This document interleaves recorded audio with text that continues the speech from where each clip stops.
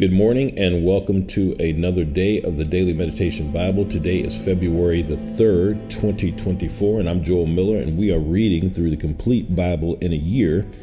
And my heart is to see us come together around Scripture and engage it with our hearts, and by doing so, empowering us to build strong families. And we're going to go straight to our Scripture reading today, and then afterwards I look forward to connecting with you for a couple of minutes.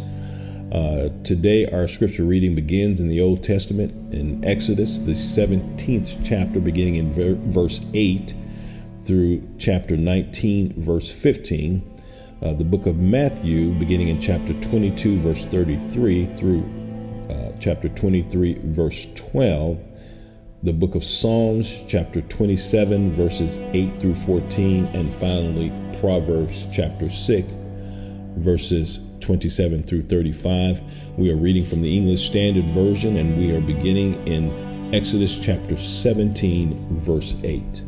Then Amalek came and fought with Israel at Rephidim. So Moses said to Joshua, "Choose for us men and go out and fight with Amalek. Tomorrow I will stand on the top of the hill with the staff of God in my hand."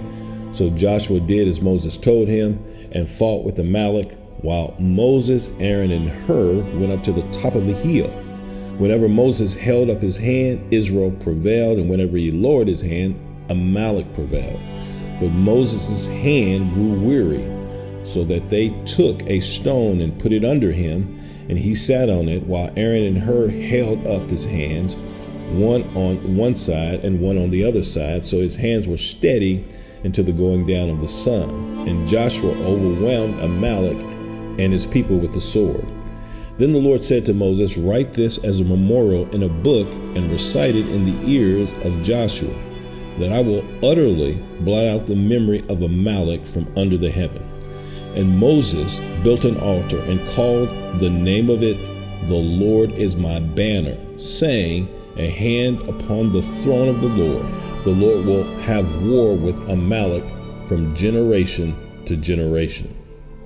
Jethro, the priest of Midian, Moses' father-in-law, heard of all that God had done for Moses and for Israel, his people, how the Lord had brought Israel out of Egypt.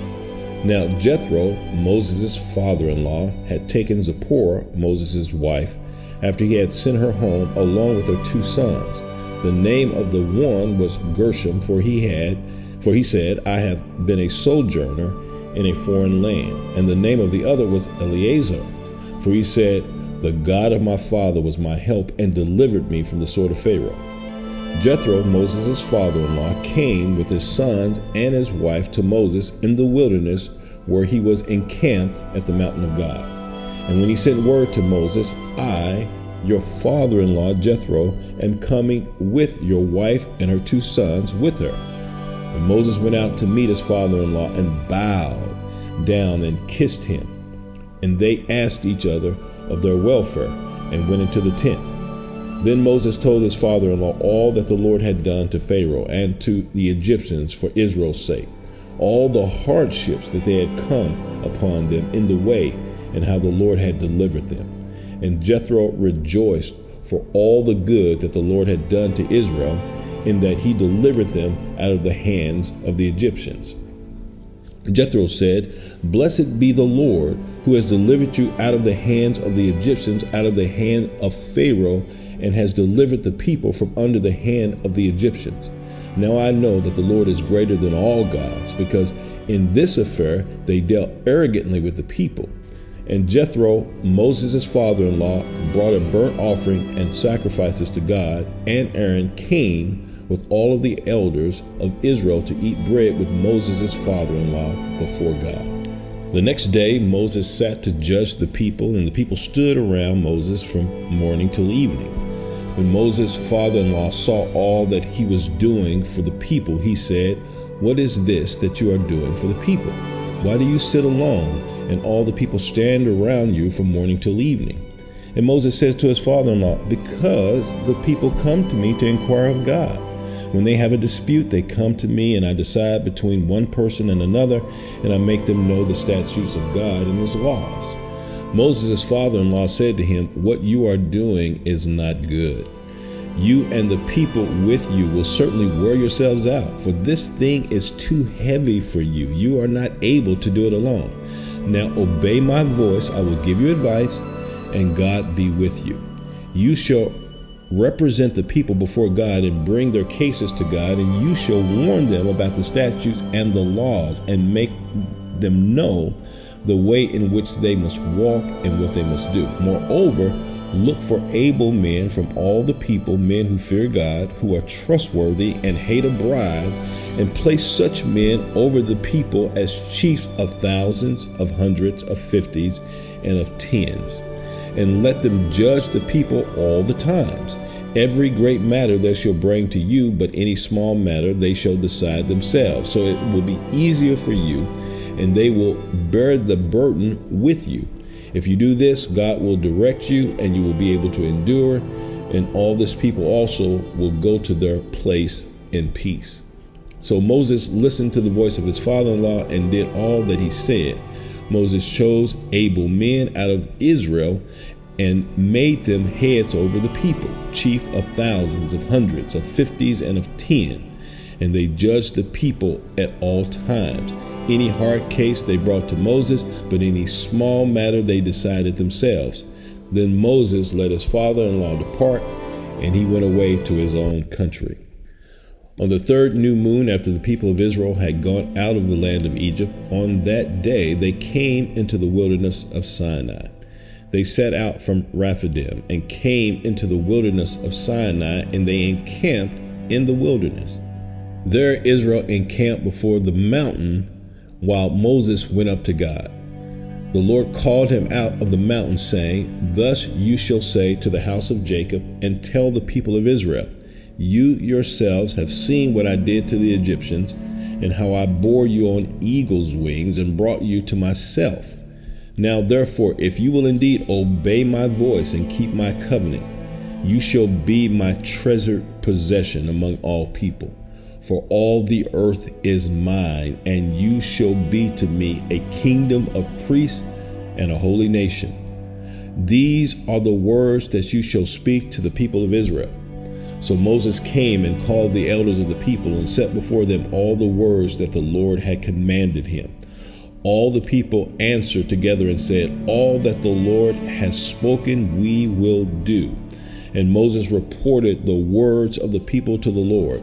And the Lord said to Moses, Behold, I am coming to you in a thick cloud, that the people may hear when I speak with you, and may also believe you forever. When Moses told the words of the people to the Lord said to Moses, Go to the people and consecrate them today and tomorrow, and let them wash their garments, and be ready for the third day. For on the third day the Lord will come down on Mount Sinai in the sight of all the people, and you shall set limits for the people all around, saying, Take care not to go up into the mountain or touch the edge of it. Whoever touches the mountain shall be put to death. No hand shall touch him, but he shall be stoned or shot. Whether beast or man, he shall not live. When the trumpet sounds a long blast, they shall come up to the mountain. So Moses went down from the mountain to the people and consecrated the people. And they washed their garments. And he said to the people, Be ready for the third day. Do not go near a woman. Our New Testament reading comes from the book of Matthew, chapter 22, beginning in verse 33 through 23, verse 12. And when the crowd heard it, they were astonished at his teaching.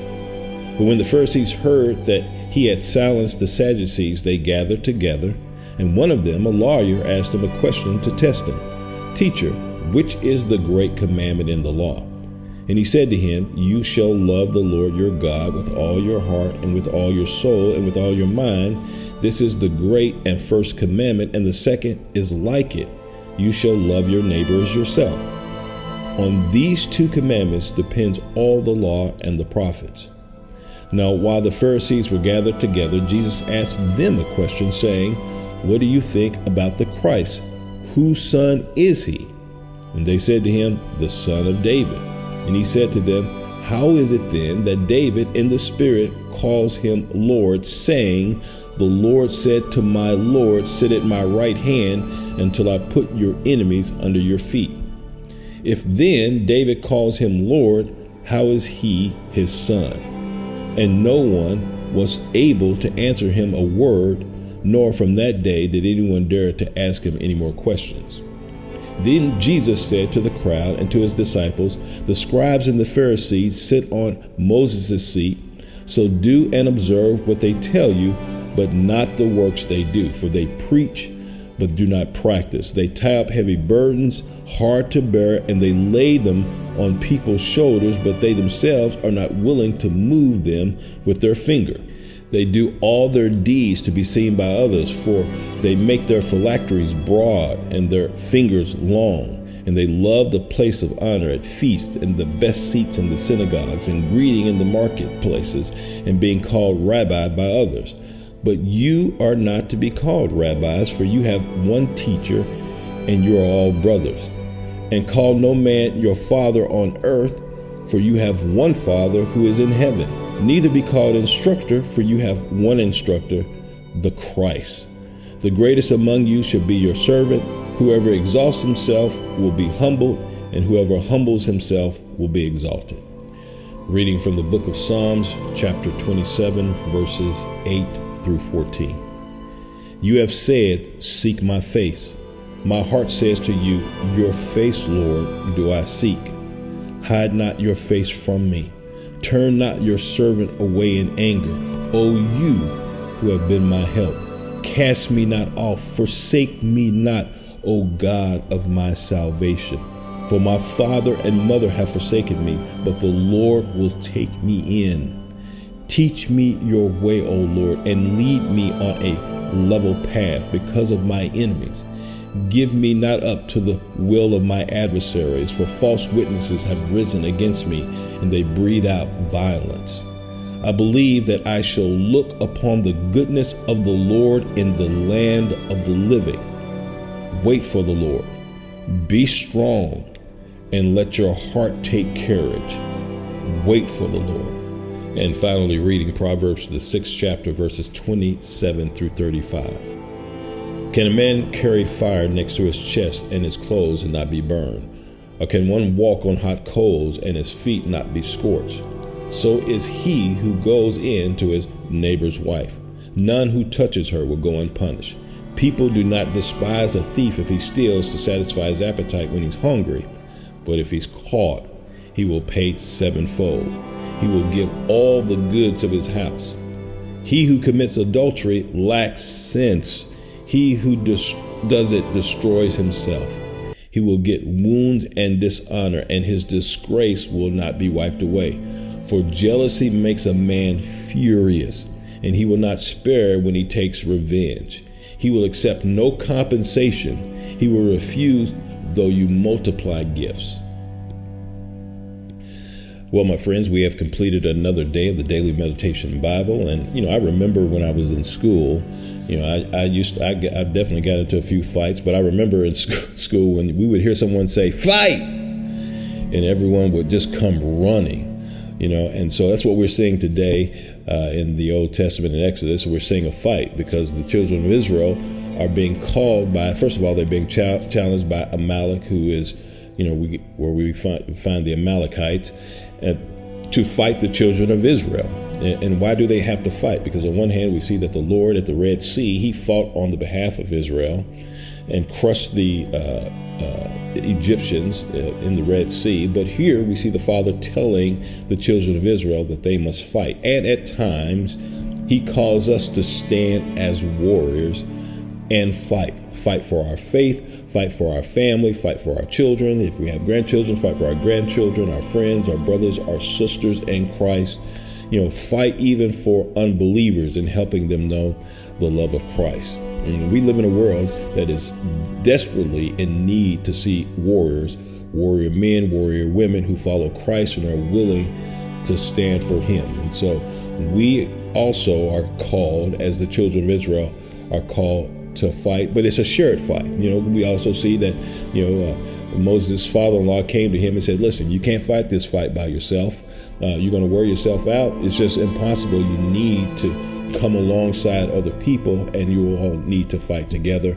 And definitely that's something that we need to do. We need to be surrounded by other believers and people who love us and can give us counsel and aid us as we walk through this life.